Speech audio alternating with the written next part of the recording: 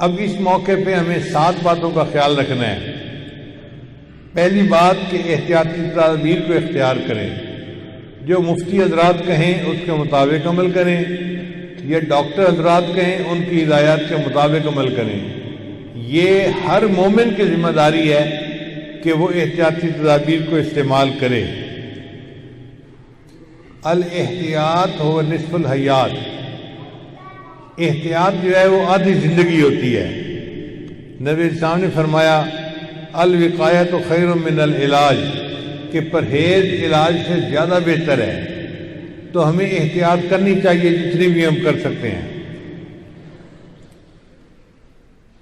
نبی اسلام نے فرمایا اگر کسی بستی میں وبا آ جائے تو باہر والوں کو چاہیے کہ اس بستی میں نہ جائیں، اور بستی والوں کو چاہیے کہ وہ وہاں سے باہر نہ نکلیں۔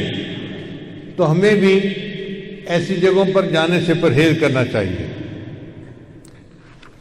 اور دوسری بات یہ کہ اللہ تعالیٰ سے حفاظت کی دعا مانگیں اور کثرت سے پڑھیں حسبنا اللہ و نعم الوکیل نعم المولا و نعم النصیر۔ پھر چوتھی بات، اللہ تعالیٰ قرآن مجید میں فرماتے ہیں ما کان اللہ لیعذبہم وانت فیہم، اے میرے محبوب صلی اللہ علیہ وسلم، اللہ ان کو عذاب نہیں دے گا جب تک کہ آپ ان کے درمیان موجود ہیں۔ یعنی جب تک نبی علیہ السلام امت میں موجود تھے اللہ نے گارنٹی دی میں ان کو عذاب نہیں دوں گا۔ اور علماء نے لکھا ہے کہ جب نبی علیہ السلام نے پردہ فرما لیا تو جس ماحول معاشرے میں نبی علیہ السلام کی سنتیں موجود ہوں گی اللہ ان کو بھی عذاب میں نہیں ڈالیں گے۔ تو ہم اس موقع پر سنتوں کو مضبوطی سے تھام لیں، اور فرمایا وما کان اللہ معذبہم وہم یستغفرون، اور اللہ ان کو بھی عذاب نہیں دیں گے جو استغفار کریں گے۔ اس آیت میں 2 باتیں بتائی گئی، چنانچہ جو قوم سنت کو مضبوطی سے تھام لیتی ہے اور استغفار کی کثرت کرتی ہے اللہ ان کو عذاب میں مبتلا نہیں فرماتے۔ پھر 5واں عمل کہ آیت کریمہ کا ورد زیادہ کریں۔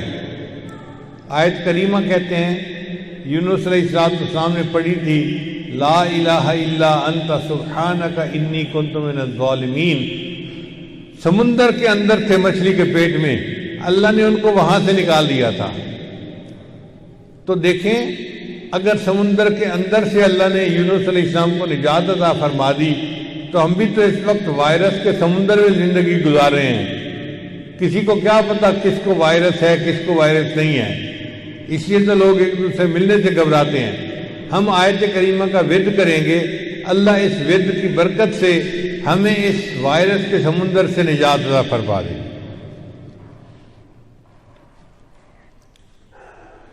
یونس علیہ السلام کی قوم پر اللہ کا عذاب آ گیا تھا، مگر قوم نے عذاب کو آتا دیکھا تو توبہ کی، اللہ نے عذاب کو ٹال دیا تھا۔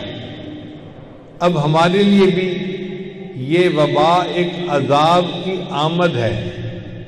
ہم اگر اجتماعی طور پر توبہ کریں گے استغفار کریں گے اللہ ہماری قوم سے بھی عذاب کو دور کر دیں گے۔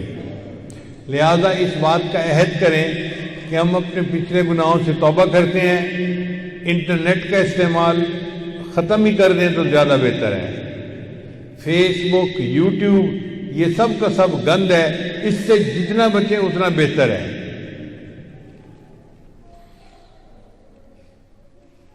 فلمیں گانے غیبت جھوٹ یہ سب گناہ کے کام ہیں، ان سے جتنا بچیں گے اتنا اللہ کی رحمت جلدی ہمارے اوپر آئے گی۔